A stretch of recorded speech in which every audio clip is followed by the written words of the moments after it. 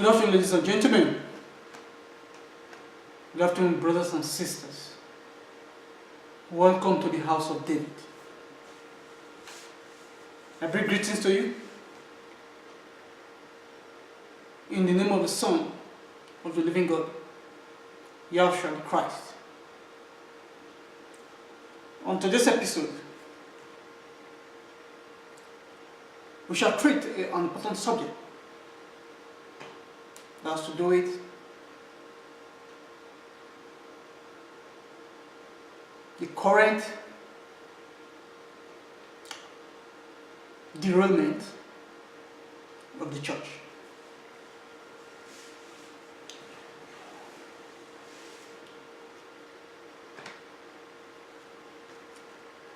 There are 7 churches in Revelations,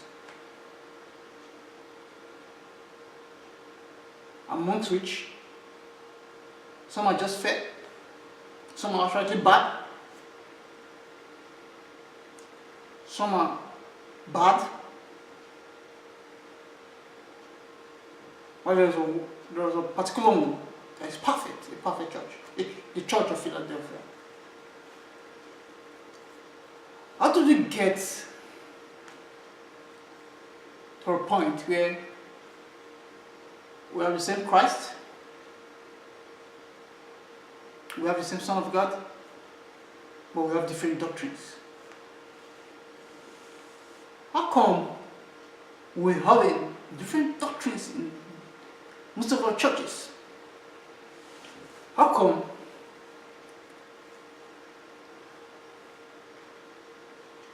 your pastor in church A doesn't want you to attend church B, but you call on the name of Christ, same name of Christ? How come you have a church behind you, trackable distance, or in front of you, a trackable distance? You rather board a bus or board a train and travel 30, 50 kilometers to get to your desired church. What's so special about that, your church, that you won't attend the church behind you or the church just directly opposite you? It's simple. Doctrines. Doctrines. Doctrines. Why is church doctrine so different from one another? Why is church doctrine so different from one another? Or rather, why are church doctrines so different from one another? Even within the same Pentecostal umbrella, a Pentecostal church, it tells you, why are you derailing? Why are you going to Pentecostal church B? Why are you going to Pentecostal church C? Within this Pentecostalism, they talk about the Baptist, Presbyterian, the Roman Catholic,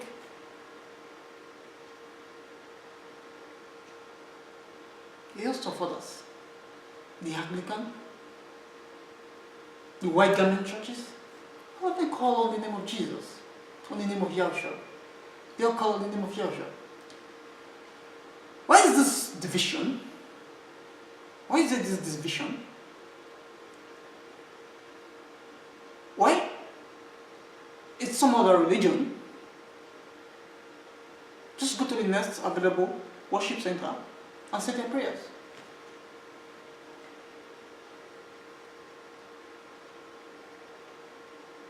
Why is the church so segregational? Why is there so much segregation in the church? Why is there so much racism in the church? If you turn on your satellites, you're watching a Christian program, you find out that church A being pastored by a black man has a congregation of blacks, 70% blacks. Church B being pastored by a white man has a congregation of 70% whites.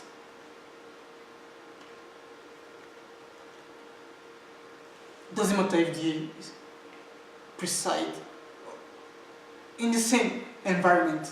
Doesn't matter if the churches are located in the same city.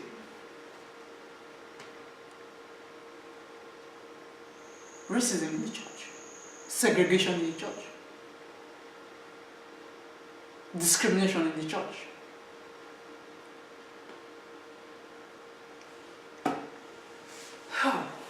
What is all this all about? What is all this all about? What's the beauty of Christianity? It's a beauty of Christianity to make it that way. This was revealed over 2,000 years ago. 7 churches in Asia. The Church of Ephesus, the Church of Smyrna, the Church of Pergamos, the Church of Thyatira, the Church of Philadelphia, and the Church of Laodicea, the lukewarm Church of Laodicea, the excellent Church of Philadelphia, the not too bad, not too good Church of Ephesus, the almost good Church of Ephesus, but I have somewhat against you, I have this against you. The bad Church of Thyatira, who allowed Jezebel to teach the congregation to eat food sacrificed unto idol and to commit fornication. Who brought this upon the church? God allowed it, no doubt. God, in His infinite wisdom, allowed it and knows exactly what's going to happen. But who is responsible for this kind of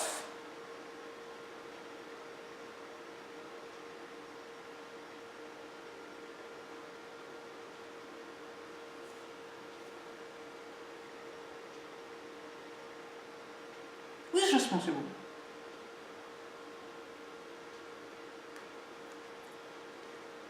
The church of the first century was one. The church of the second century was one. The apostles gathered themselves together. They worship amongst themselves. They choose a leader. Everybody follows the leader. There's friction, is resolved immediately. Life keeps going.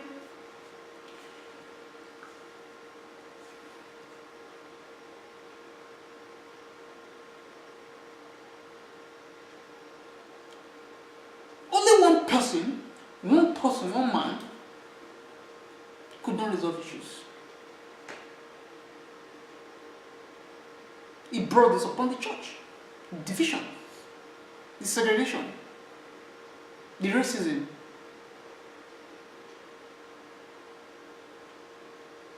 And it has eaten deeply into the church. We have a religion. Some even say church is no religion, Christianity is no religion. What's the definition of religion? People just sit and bring up hair-raising arguments, bring up controversial arguments. That makes no sense.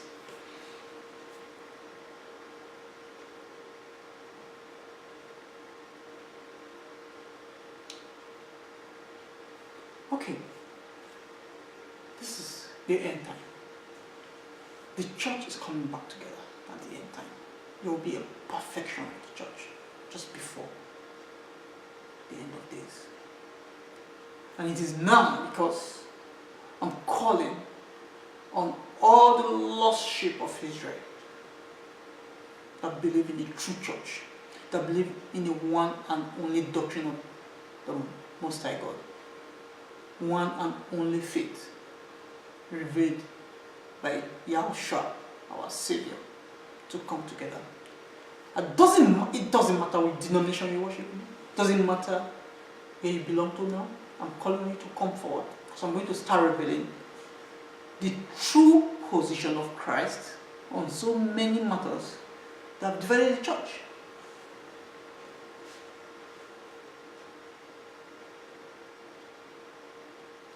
when you read the book of Genesis to Revelation, you find out, beside a few, maybe presentation of different authors, the Bible is written by so many authors. Reportage can be, in a sense, determined by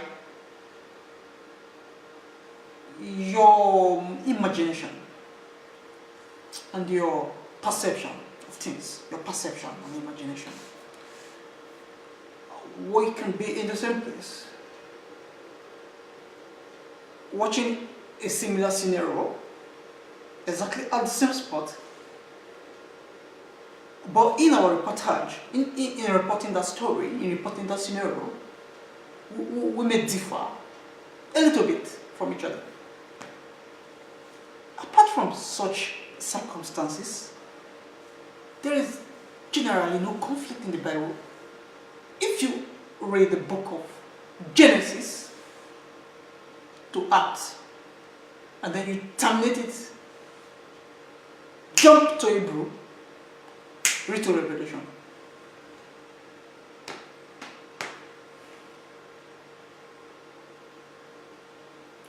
Okay. You know where I'm going. You know where I'm driving at. It's so painful that the man who never followed Jesus for one day, the man who uses mouth to run down the senior apostles. What do I mean by senior apostles? The three apostles that were constantly with Christ, or rather two, because by this time James may have died from persecution. Still John and Peter and John. This is a man that ridiculed Peter and John and said Peter is to be blamed, John is to be blamed, everybody is to be blamed, Barnabas is to be blamed, everybody is to be blamed except himself. This is a man that said until Satan came from James and John, these people were doing things this way. To the extent that Peter himself, instead of Barnabas himself, they got carried away. This is a man who never followed Jesus, Yahshua once.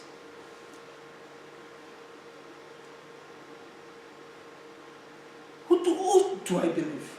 The man who slept on the breast of Jesus. The man who is the brother of Jesus and lived in the same house with him, ate the same food with him, followed him, disbelieved him, and later came back and said, yes, my big brother is the Son of God. These are two men. James, the brother of the Lord Yahshua. John, the most beloved disciple of the Lord. Will I take Paul more seriously than these two? How unthinkable is this? How unthinkable is this? Is there another thing? Another thing is this. Is there a contradiction between Paul and these two? Clearly, yes. Clearly, yes.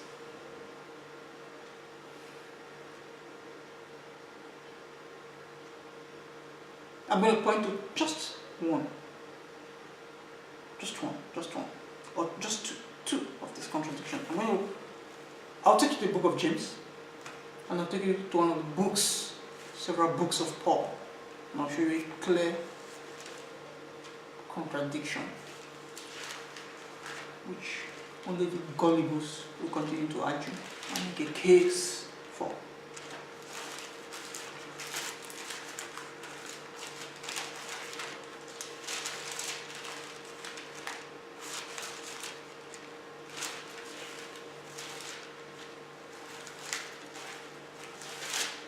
I'll take you to the book of James.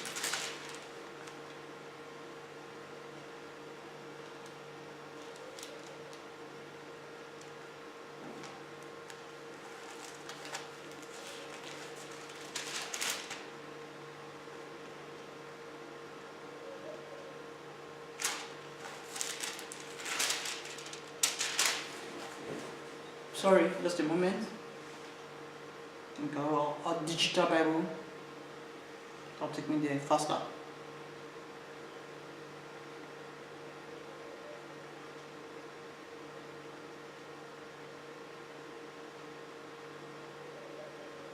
Just a moment, please.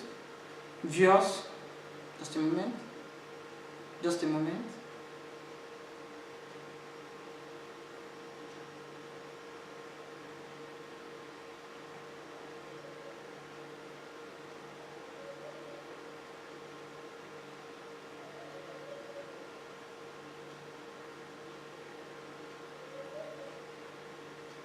Just a moment, please.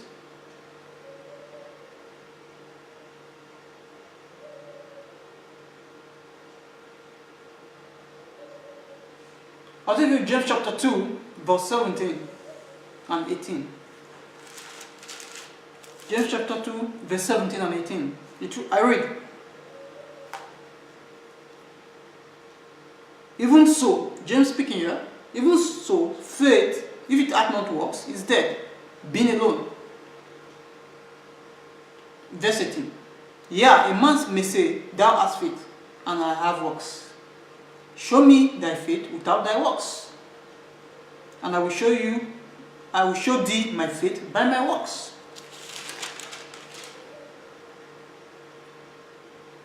James talking about faith and works coming together to make the perfect man. By contrast,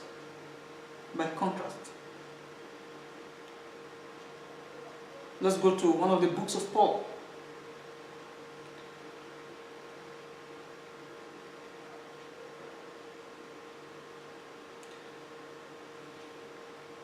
And see how contrasting it can be.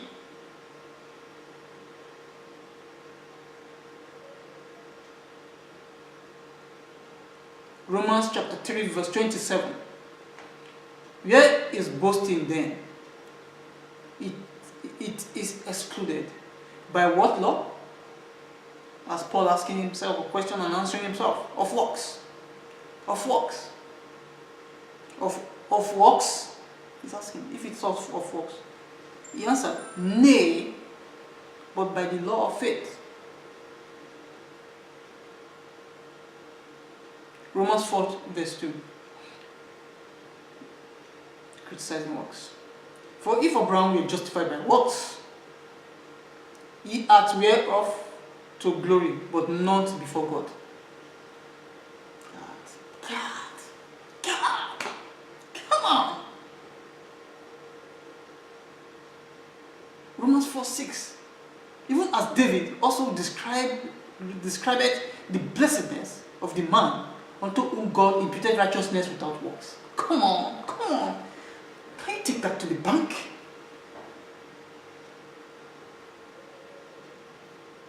Romans 9:11.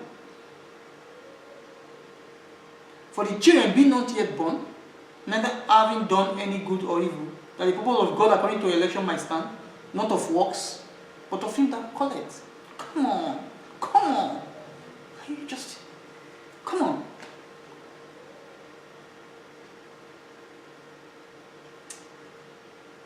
It's all over Paul's epistle. The works is nothing, law is nothing. Was that what Jesus said? Was that what Jesus taught the 12? No. Can you show me where Jesus taught the 12 that works is nothing? Law is nothing? No. Jesus rather said, one jot of the law shall by no means pass away until heaven and earth is passed away. Is heaven and earth passed away? No. One jot of the law shall it pass away? No. Except those parts that Jesus came to amend by saying, Moses said unto you, but I am saying unto you. a man named Paul got a revelation outside of the revelation of Christ. He started running a different course, contrary to James, contrary to John, contrary to Peter, almost confusing Peter, almost making Peter to derail as well. Paul single-handedly derailed the church from the true works of God, from the true faith of God, from the true meaning of grace. What kind of grace? What kind of grace will be without law? What kind of grace will be without works? It's got to be without works. How come Jesus was saying,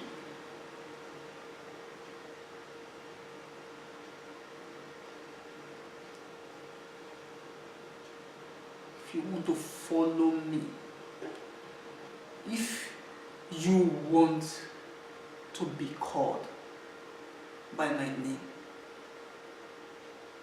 carry your cross and follow me. What's a cross? How can you believe that Jesus died on the cross? This all it takes, so that you don't make any more efforts. Just believe in Jesus and know everything is settled. Is that done? According to who? Paul, the man who never followed Christ, the man who persecuted Christians.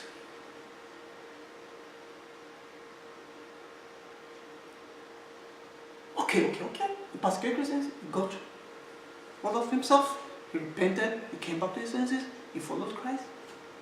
He followed Christ's disciples. Fine, it's okay. I'm a robber. A daredevil arm robber can become a Christian.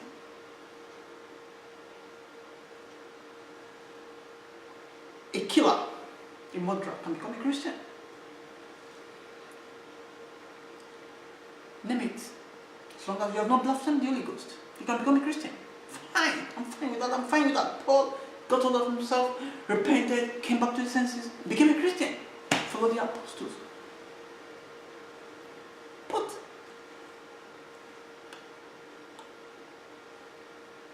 Jesus Christ didn't find it worthy to teach the apostles the strange doctrines Paul brought to the table.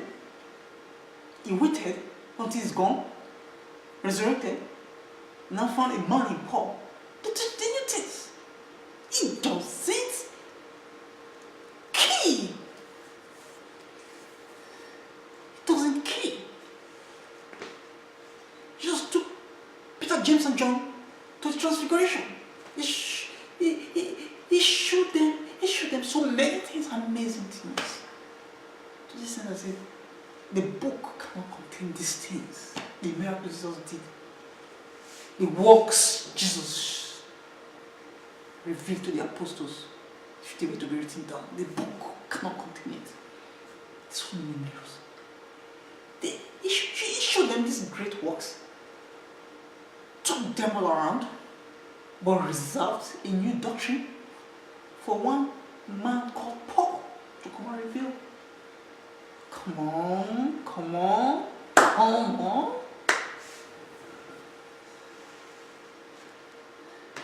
It doesn't gel. I know some of you viewers want to tell me that the doctrine of Paul is same with those of the apostles. The other apostles is not the same. There is a great difference between the doctrine of Paul, grace without works, and the doctrine of James. Show me your grace, show me your righteousness. Without works, I will show you mine with my works.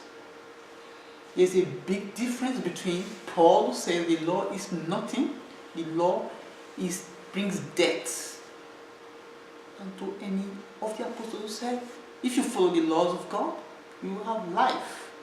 The prophets of old said the same thing. Jesus said the same thing.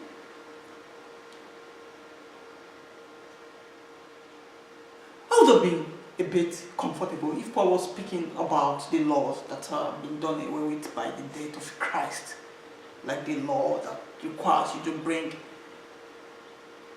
sacrifices to the altar, sacrifice of blood, sacrifice of meat. These have done away with.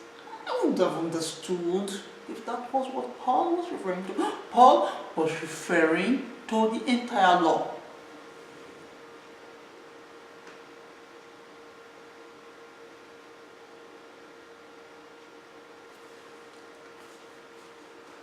I'm so bored with people who try to see Paul as one with the rest of the apostles. It's so unintelligent to think about that, to even imagine that you could compare the works of Paul and those of the other apostles. There are similarities here and there, no doubt. There are a few.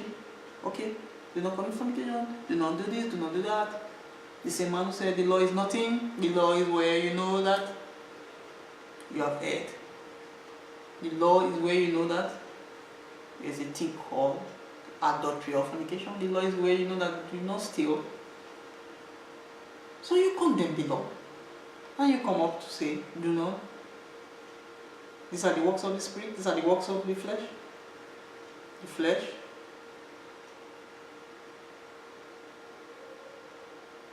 How do you know the works of the flesh and the works of the Spirit? If there is no law. Okay, your spirit tells you, you're right. Sorry, bro. I'm sorry, sister. The church lost it when they accepted Paul into their midst.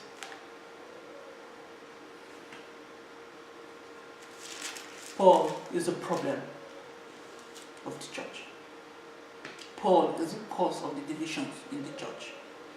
Every doctrine, disagreement in doctrines can be traced to Paul.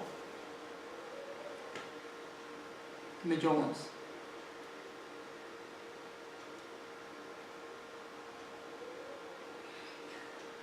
I took out time,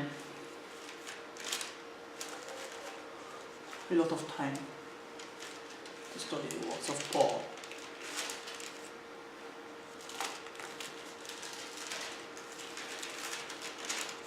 I took out time to study the criticism of Paul. I read over and over again. I wanted to click. I wanted Paul to be agreeable. I took my time. I read again and again and again. Just to make sure I can accept the entire Bible. I wanted it agreeable. I wanted Paul agreeable with the rest of the scriptures. The more I read, the more I knew Paul was not agreeable with the rest.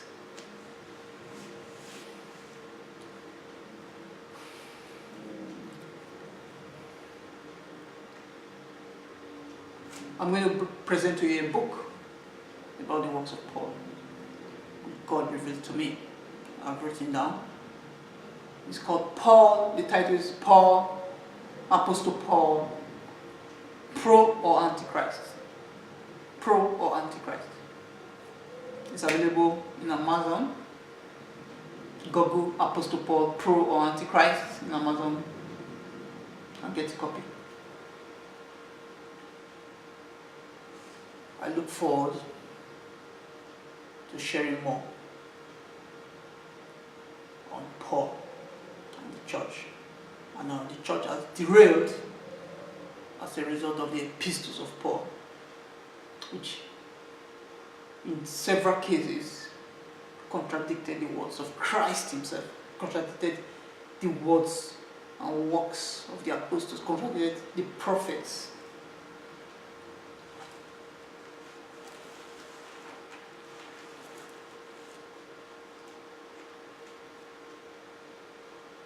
Until next time, have a blessed day. I remain in Christ, not in Paul. Thank you.